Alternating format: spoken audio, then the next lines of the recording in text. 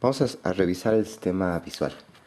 El sistema visual es un sistema muy importante en el ser humano porque el ser humano es sobre todo un animal óptico.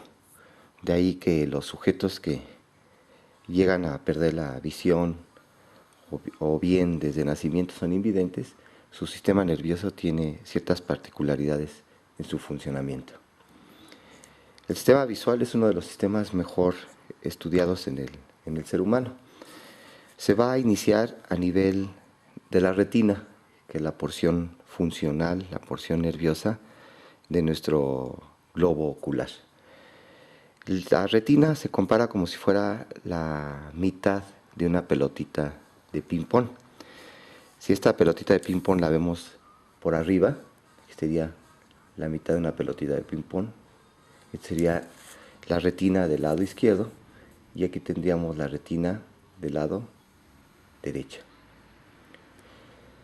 Aquí debemos revisar que las retinas se pueden dividir en una porción temporal, que es la que da lateralmente hacia donde estaría el hueso temporal, y una retina nasal que da hacia donde estaría la nariz. Entonces, retina nasal medial y retina temporal lateral. Ahora, esta pelotita de ping-pong también la podemos ver en una vista lateral. En una vista lateral, esta pelotita de ping-pong. Y aquí esquemáticamente la emergencia del nervio óptico en la porción posterior del globo ocular. Entonces sería la retina superior y esta la retina inferior. Si vemos la retina de frente, eso lo podemos hacer a través del fondo de ojo, del estudio del fondo de ojo a través de la pupila y con el oftalmoscopio tendríamos la pelotita de ping-pong así de frente. Si estamos viendo de frente, que fuera nuestro ojo derecho, aquí estaría la nariz, la retina nasal, y aquí estaría la región temporal. En el centro de la retina se encuentra el sitio de mayor agudeza visual, que es la fovea central rodeada por la mácula lútea. Entonces, la mácula lútea o la mancha amarillenta, y en el centro la porción más delgada de la retina, que es la fovea central, que es el centro de mayor agudeza visual. Entonces, esta fovea central es la que puede dividir a la retina en 4 cuadrantes. La retina temporal superior, la temporal inferior, la retina nasal superior y la nasal inferior. A nivel de la retina nasal es donde se localiza el disco óptico o papila óptica, que corresponde a la emergencia del nervio óptico. En este sitio es donde van a confluir todas las fibras del nervio óptico. Aquí también como punto de referencia es donde se encuentra la emergencia de los vasos retinianos, tanto la arteria como la vena central de la retina. Este sitio carece de receptores nerviosos para la visión, es decir, carece de conos y bastones. De tal forma que este disco óptico es lo que da origen al punto ciego en nuestros campos visuales, que va a ser, los campos visuales va a ser propiamente lo que va a explorar el médico para poder descartar alguna patología de la vía óptica o del sistema visual. Quiere decir que este disco óptico, debido a que se encuentra en la retina nasal, si regresamos a nuestra vista superior, el ojo derecho, el ojo izquierdo, aquí estaría la emergencia del nervio óptico. De un lado, el nervio óptico derecho y el nervio óptico izquierdo. Entonces, estos nervios ópticos quedan en la retina nasal. Aquí vamos a poner lo que sería nuestra fovea central. Ahora, debido a la configuración de la retina, que tiene esta forma de la mitad de una esfera, la retina temporal es la que va a observar mi campo visual en su mitad nasal. Entonces, mi retina temporal va a ver el campo nasal. Estos campos visuales nasales del lado derecho y lado izquierdo se empalman para dar la visión estereoscópica. Por esa razón, ¿sí?, la retina nasal va a observar la mitad temporal del campo visual. La retina nasal va a ver el campo temporal. Entonces estamos observando que la emergencia del nervio óptico, aquí lo que comentábamos en el disco óptico, queda en la retina nasal, por lo tanto en nuestro punto ciego siempre va a quedar un pequeño punto a nivel del campo temporal, debido a que es donde se está proyectando la emergencia del nervio óptico, que carece, decíamos, de conos y de bastones. Los conos son importantes para la agudeza visual. Quiere decir que los conos van a estar muy abundantes a nivel de la fobia central de la mácula, y como nos vamos alejando de la fobia central, va viendo cada vez menos conos que sirven para la agudeza visual. Entonces ven las formas y también detectan lo que sería el color. En cambio, los bastones van a ser más abundantes en la periferia y van a detectar, ¿sí?, cambios de claroscuro, es decir, la visualización de los objetos con poca luz, y también perciben el movimiento. De ahí que percibamos más fácilmente el movimiento con la periferia de nuestros campos visuales, y las formas y el color en las porciones centrales de nuestros campos visuales, tanto en la porción nasal como la porción temporal. Ahora, si vemos esta vista lateral, ¿sí?, lo mismo. Si nosotros nos colocamos a nivel de la retina superior, va a ser más fácil que veamos la porción inferior de los campos visuales. Lo mismo, si yo me coloco en la retina inferior, va a ser más fácil que vea hacia las porciones superiores de los campos visuales. Entonces vemos que la retina superior ve la porción inferior de mi campo visual y la retina inferior la porción superior. En esta vista de frente, en el fondo de ojo, quiere decir que si estamos en la retina temporal superior, esta va a ver el campo inferior nasal. Entonces va a ver la porción inferior nasal del campo visual. Si estoy en la retina temporal inferior, pues viceversa, va a ver la porción nasal superior. Y si estoy en la retina nasal, pues voy a observar qué porción de mi campo visual, la porción temporal inferior.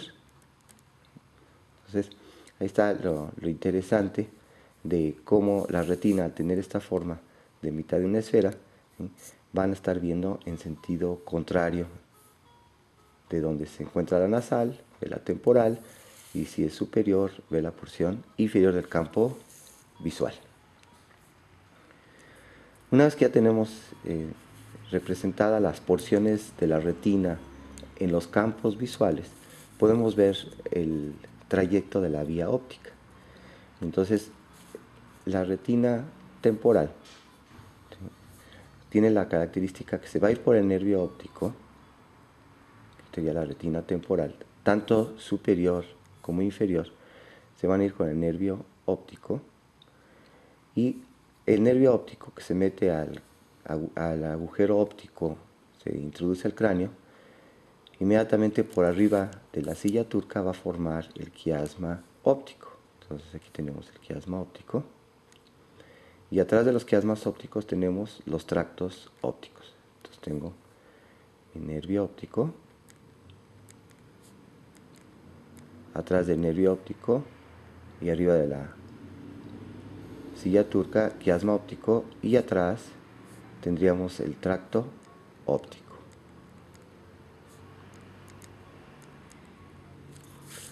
Atrás el tracto óptico, después de ir rodeando al mesencéfalo, va a llegar a una porción del tálamo, que es el cuerpo geniculado lateral. Entonces el cuerpo geniculado lateral. Y en este sitio podríamos poner un corte transversal de la porción superior del mesencéfalo. Corte transversal de la porción superior del mesencéfalo, y aquí estaría el acueducto cerebral, y aquí adelante los pedúnculos cerebrales. y aquí los colículos superiores.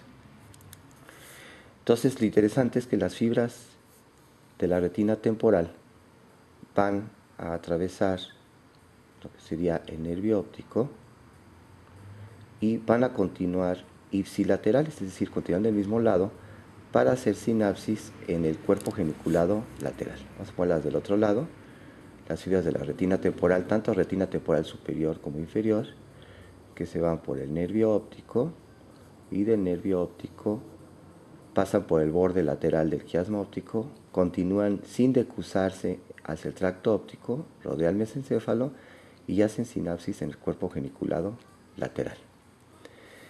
¿Qué hacen las fibras nasales, tanto superiores como inferiores? Estas fibras nasales, que vamos a poner con línea discontinua, se van por el nervio óptico y van a formar propiamente el quiasma óptico. Entonces, las del lado derecho se cruzan por el quiasma óptico y llegan al tracto óptico del lado contrario. Vamos a poner las fibras nasales de nuestro ojo izquierdo, nervio óptico izquierdo, fibras nasales superiores e inferiores, se decusan en el quiasma óptico y se van por el tracto óptico, en este caso del lado derecho, para hacer sinapsis. Entonces, ¿quién forma el quiasma óptico? La decusación de las fibras nasales, tanto superiores como inferiores, ¿sí?, que sabemos que ven los campos temporales en forma cruzada. La retina nasal superior ve la porción inferior y la retina nasal inferior ve la porción superior. Muy bien. Una vez que llegan aquí, unas fibras llegan al cuerpo geniculado y hacen sinapsis. Aquí vamos a mencionar que hay fibras de la retina que no hacen sinapsis en el cuerpo geniculado lateral, sino se continúan con el brazo del colículo superior y se dirigen hacia la región que está delante del techo del mesencéfalo, que es el área pretectal. Aquí vamos a marcar área pretectal, que se localiza en este caso a la altura de los colículos superiores. Entonces hay fibras que hacen sinapsis en los colículos superiores para dar origen posteriormente a la vía tectoespinal y de esa forma provocar movimientos de los ojos o desviación del cuello hacia el estímulo visual. Es a través de la vía tectoespinal. Pero también aquí de la región pretectal, esta región pretectal va a hacer conexión con dos pequeños núcleos que están por arriba del núcleo principal del tercer nervio craneal, que es el núcleo accesorio del tercer nervio craneal, antes denominado núcleo de Edinger-Westphal. Entonces, el accesorio del tercer nervio craneal.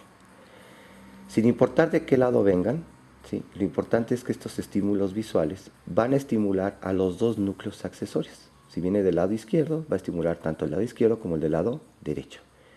Y estos núcleos accesorios mandan sus fibras preganglionares parasimpáticas que se van con el tercer nervio craneal, que ya sabemos que sale en la cara ventral del mesencéfalo a los lados de la fosa interpeduncular.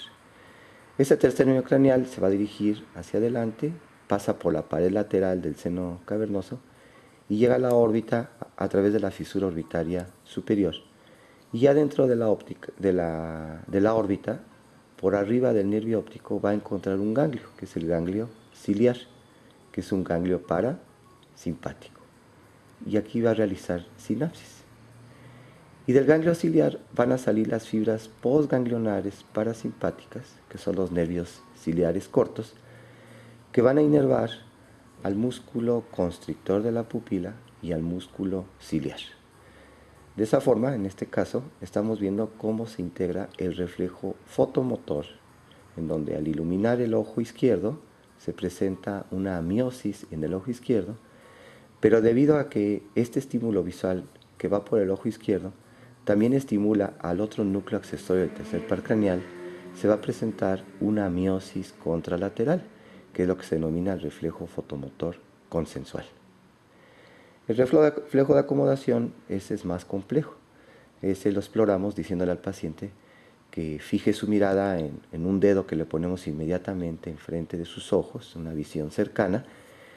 En ese momento, esta vía visual tiene que llegar hasta el lóbulo occipital, como vamos a ver posteriormente, y del lóbulo occipital nacen fibras que se van a la región pretectal y provocan de esa forma la miosis junto con el abombamiento del cristalino a través de la contracción del músculo ciliar, que va a relajar a la zónula, donde está el ligamento suspensor del cristalino, para que éste se abombe y pueda tener el sujeto la visión cercana, enfocar objetos cercanos. Entonces vemos que el reflejo fotomotor es más corto de la retina hacia la región pretectal, tercer par, y ahí hacia el músculo constrictor de la pupila.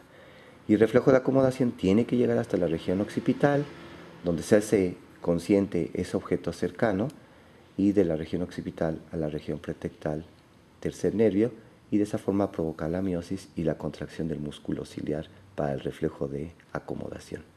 Para el reflejo de acomodación es importante que el sujeto esté consciente para que fije el objeto cercano, en este caso el dedo que le ponemos inmediatamente enfrente de sus ojos. Bien, entonces de esa forma integramos estos dos arcos reflejos, fotomotor y el reflejo de acomodación. Si continuamos con nuestra vía óptica, de los cuerpos geniculados van a nacer fibras que van a formar las radiaciones geniculocalcarinas. Pero estas fibras que van por el tracto óptico tienen la característica que ahora lo que va a suceder es que las fibras de la retina, ¿sí?, se van a subdividir en fibras superiores e inferiores. Entonces, de este tracto óptico, que ya sabemos que lleva la mitad de la retina, en este caso, cuerpo geniculado lateral, retina temporal ipsilateral y retina nasal contralateral, de toda la hemiretina. Pero cuando se nacen las radiaciones geniculocalcarinas, se dividen en fibras temporales superiores, ¿sí?, temporales inferiores, y nasales superiores y nasales inferiores, ipsilaterales temporales, contralaterales nasales. Entonces, si hacemos una vista lateral de nuestro hemisferio cerebral, tendríamos esquemáticamente, si hiciera transparente el hemisferio cerebral, aquí tendríamos el cuerpo geniculado lateral profundamente. Y todas las radiaciones geniculocalcarinas se dividen en inferiores y se dividen en superiores. Y llegan a los labios de la cisura calcarina en el lóbulo occipital, tanto en la cara lateral como en la cara medial. Entonces tenemos radiaciones geniculocalcarinas superiores que pasan en la profundidad del lóbulo parietal, y tenemos radiaciones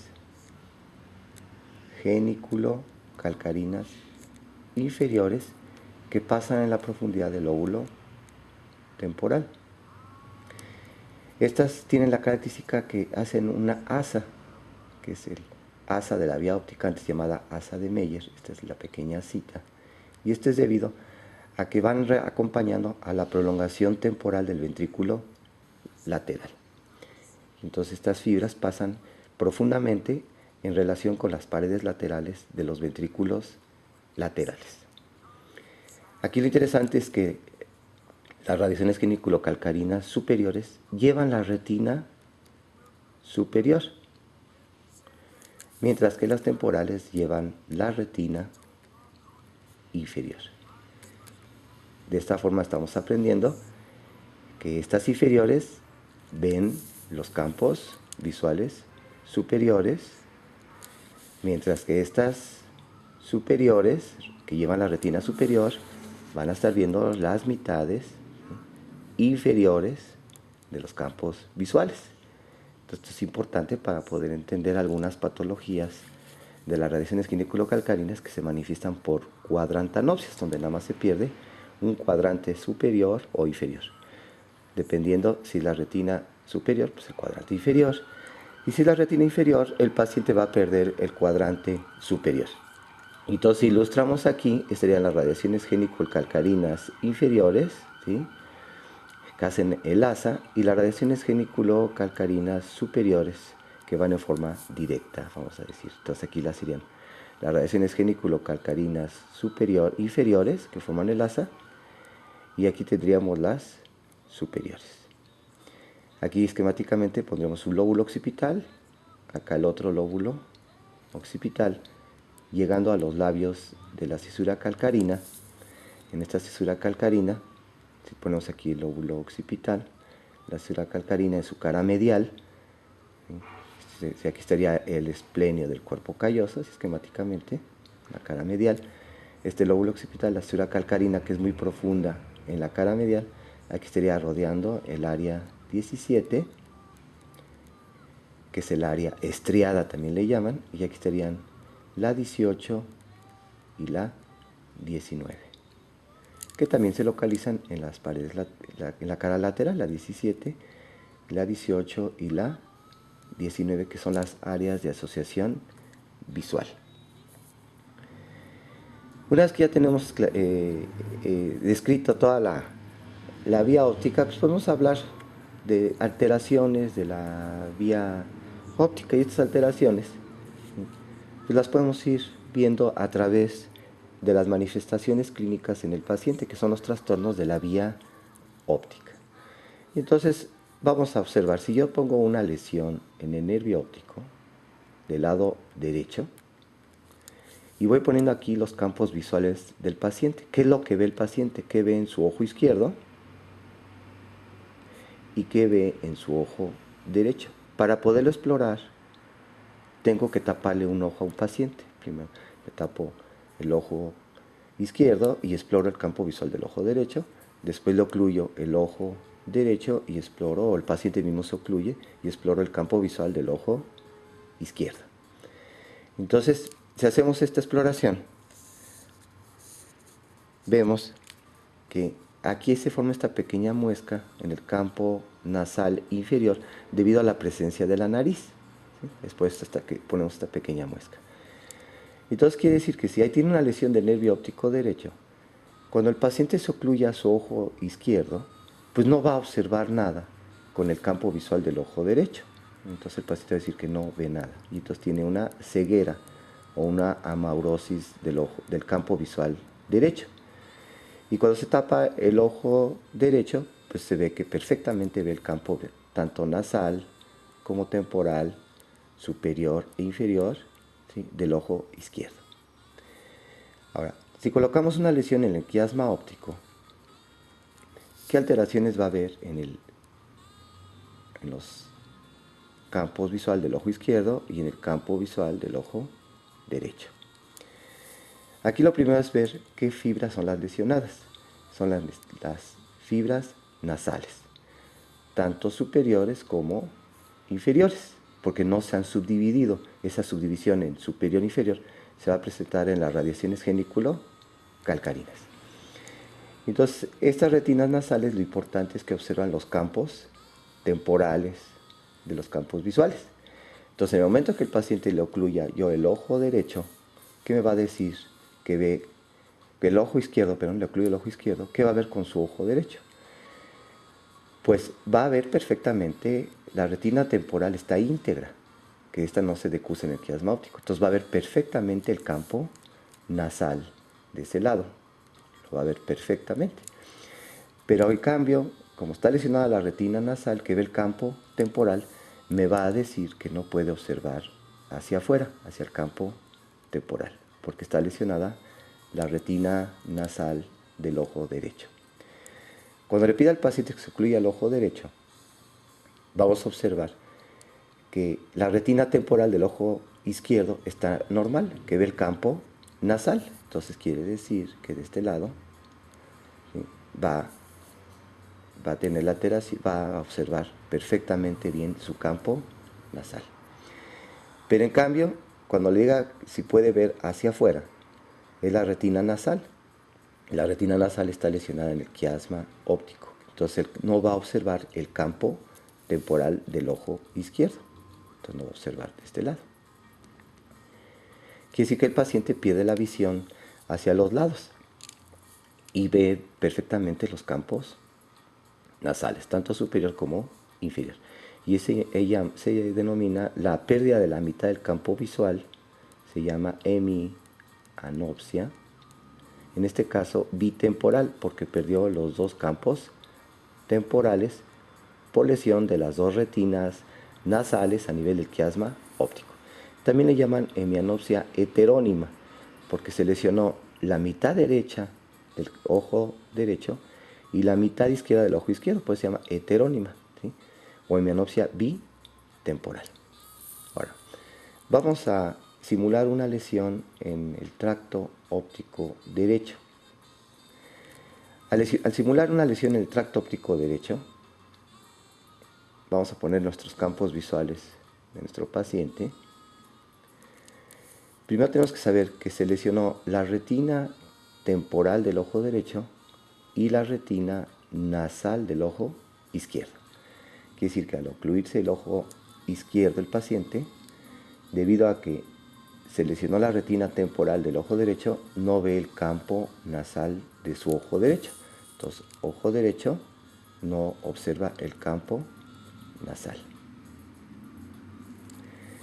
Y por otro lado, cuando ocluye el ojo derecho, se lesionó la retina nasal del ojo izquierdo, que ve el campo temporal. Entonces, ojo izquierdo no observa el campo temporal. Entonces el paciente parece que estuviera viendo en una persiana, ¿sí? Aquí vemos que no ve bien, no ve, ve bien, no ve, como si fuera en una persiana.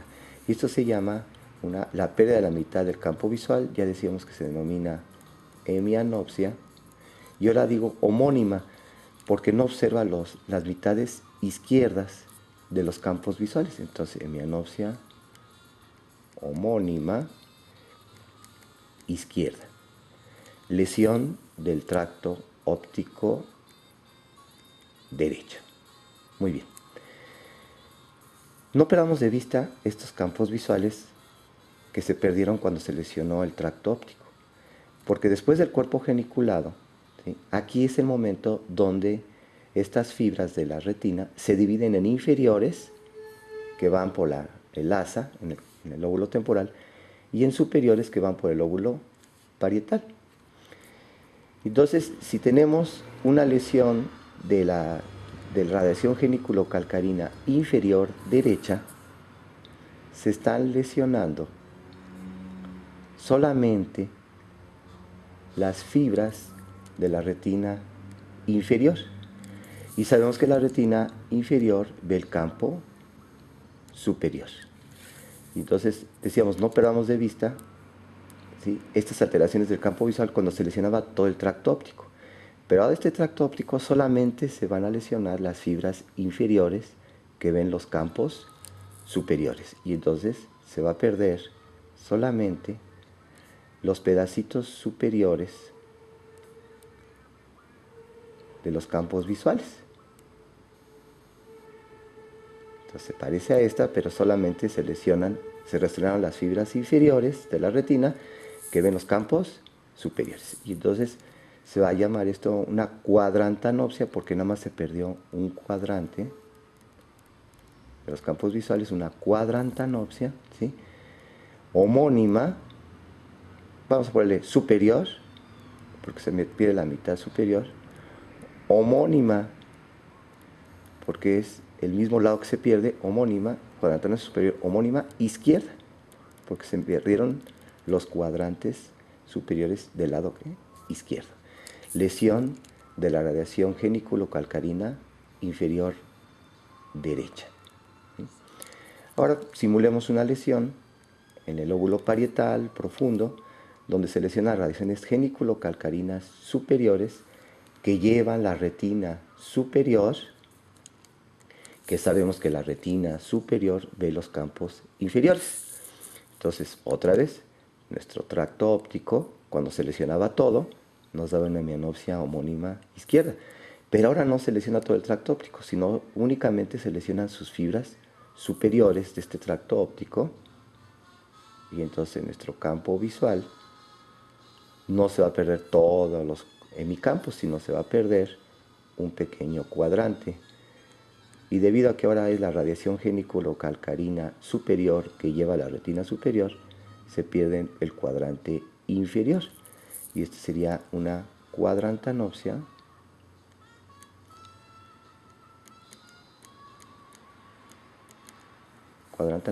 inferior homónima, porque es el mismo lado. ¿De qué lado se perdieron? Del lado izquierdo. Entonces una cuadrantanopsia homónima inferior izquierda es por lesión de la radiación geniculocalcarina superior derecha, ¿sí? Como dirían algunos, todo al revés volteado. Se lesionó la superior, se manifiesta en el campo inferior. Se lesionó la del lado derecho y se alteran los campos izquierdos. Muy bien. Por último, podríamos simular una lesión en el lóbulo occipital. Podría ser que el paciente tuviera la oclusión de la arteria cerebral posterior del lado derecho en este caso y tiene un infarto del lóbulo occipital. Aquí es donde confluyen otra vez las fibras que venían del tracto óptico, ¿sí? Que se dividieron en fibras inferiores, fibras superiores, pero confluyen aquí en el lóbulo occipital. Entonces se manifestaría igual o muy parecido a una lesión del tracto óptico. Pero se observa que aquí se van a perder las mitades derecha e izquierdas de los campos visuales, porque estamos simulando una lesión del lóbulo occipital derecho. Entonces nos da una hemianopsia homónima izquierda. Pero se dan cuenta, aquí dibujamos una pequeña muesquita. Esta pequeña muesquita que estamos ilustrando, aquí en este dibujito, esta muesquita representa una conservación de la visión central, es decir, de la visión que viene de la fobia central, que es el sitio de mayor agudeza visual. Se ha visto que esta pequeña porción de la fobia central, ¿sí?, tiene una representación bioccipital. Por eso, aunque hay una lesión del occipital derecho en este caso, se conserva la visión central porque la mácula central tiene representación en los dos lóbulos occipitales. De esa forma, el occipital izquierdo compensa la pérdida del occipital derecho, pero solamente en la visión central. Otra forma de diferenciar esta hemianopsia en el tracto óptico de una hemianopsia en el lóbulo occipital es que cuando la hemianopsia se presenta antes del cuerpo geniculado lateral, es decir, una hemianopsia pregeniculada, ¿sí?, en este caso, esta hemianopsia pregeniculada va a alterar el reflejo fotomotor. Y entonces, cuando yo ocluya el ojo del paciente de un lado e ilumine, aquí en este caso no observa el campo nasal, si yo mando luz en el campo nasal del ojo derecho, el paciente no percibe la luz ni tampoco se integra el arco reflejo fotomotor.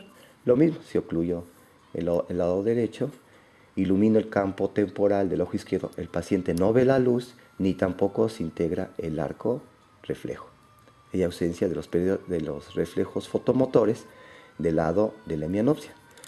En cambio, si la lesión es retrogeniculada, como en este caso en el lóbulo occipital, ¿sí?, aunque el paciente va a tener hemianopsia homónima izquierda, pero es en ese momento, si yo le exploro el campo nasal del ojo derecho, el paciente no ve la luz, pero sin embargo, sí se integra el reflejo fotomotor.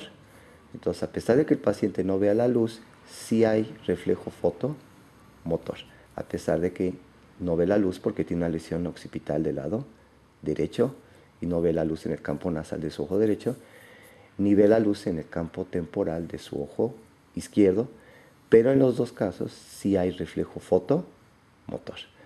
De esa forma puedo yo ver si se trata de una pérdida de la agudeza visual o una hemianopsia más bien pregeniculada, se pide el arco reflejo fotomotor, y retrogeniculada se conserva.